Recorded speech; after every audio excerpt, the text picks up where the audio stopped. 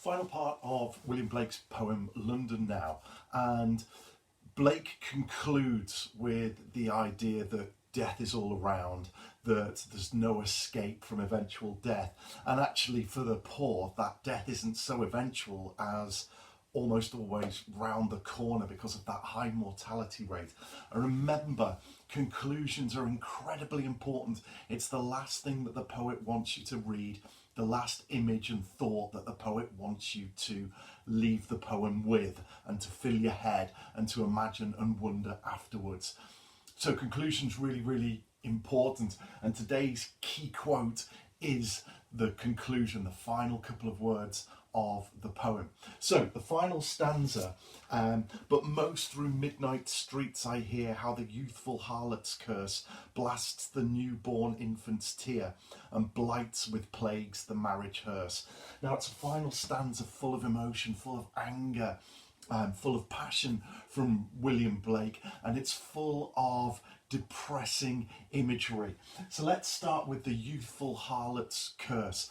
Now don't forget, this is at midnight, so the fact is that even the peace of the night in the poor areas of town are broken with misery and crime and with exploitation.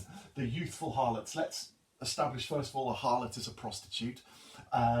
Youthful harlots, a really interesting pairing of words there, and Blake is very careful to call the harlot youthful.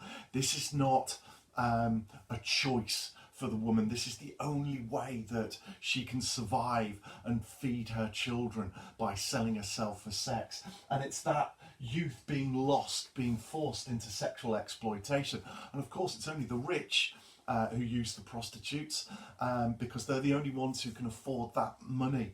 And so it's another way that the rich are keeping the poor in place. They're exploiting the youth of this girl, this young woman. And so a desperately sad image of her desperately trying to survive, to feed her newborn infant, of course born because of the prostitution, born out of marriage, not supported in terms of money. So the prostitute has made a little bit of money, but it's made even more misery by having another child to feed, another drain on her meagre resources coming in. And the newborn infant, the tear again, that Blake uses, the idea of cries and tears are prevalent throughout the poem. But the child is born into a broken world, born into poverty, born into that hopelessness. And actually the cycle gets worse because the prostitute is trying to keep herself alive with that sexual exploitation, doing the only thing she can do to earn a little bit of money. But unfortunately it produces another infant who she has to provide for. So her resources are actually getting more and more meagre, and it's that never-ending cycle that Blake is talking about here. And then the final line there, blights with plagues the marriage hearse. Now a blight is a sort of curse on usually a crop, and a plague like locusts or something is something that destroys the crop. But in this sense it's metaphorical. Blights with plagues, it's the society that's cursed, and it's perpetually, it's forever cursed by poverty.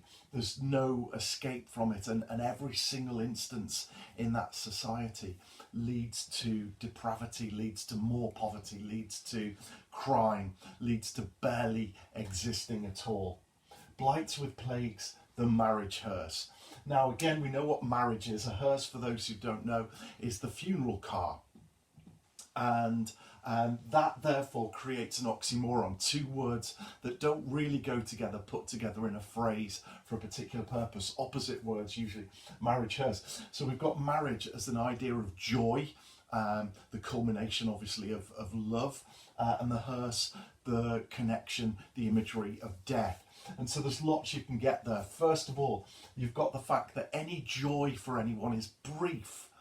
It only lasts shortly because misery is lifelong and leads to death.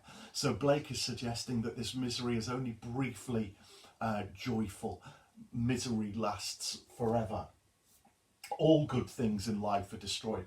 So even marriage, which would be the symbol of joy, the symbol of love, some sort of positivity out of the darkness of poverty, is actually destroyed by death.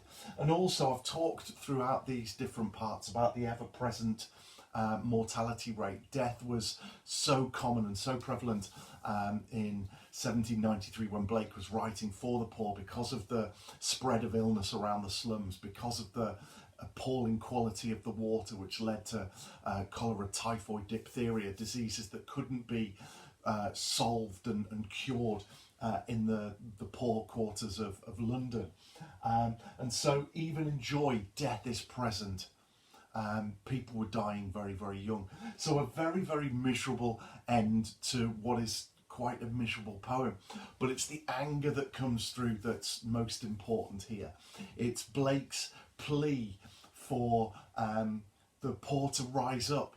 Remember, he's inspired by the French Revolution. He wants revolution. He wants the poor to have much more of a say in the way their society is run. And the anger is directed at the rich, certainly, but I think there's some anger towards the poor as well, who he feels have lost all hope, and he needs them to rise to lead to some sort of revolution. It's the only way that he feels that there can be any change. But he puts the fault firmly at the place of the rich, who generation after generation have created those mind-forged manacles, have created a system where the poor have lost all hope.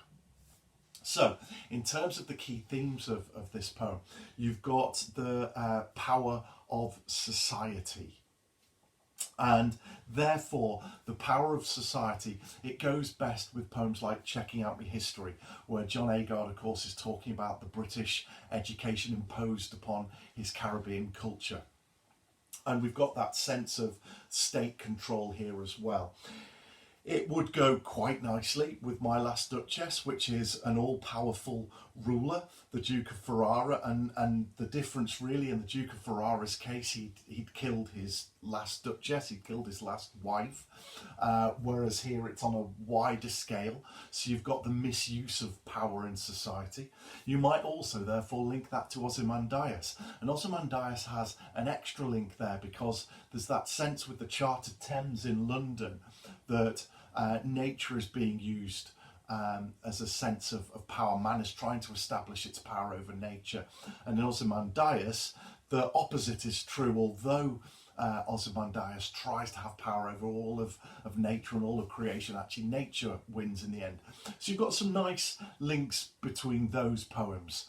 I would say London is one of the more memorable poems. It's shorter, which means it's less to remember, and because of the rhythm and because of the repetition, some of those phrases will stick. And in students I've taught and in classes I've taught in the past, they've tended to like London because of that memorable quality of it.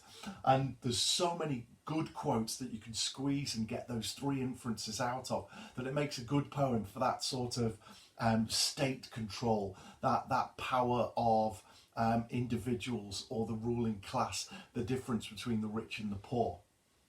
In a sense, it's the very nature of power and control itself, so you could squeeze it into others, but for me the best ones that it links to would be Ozymandias, My Last Duchess.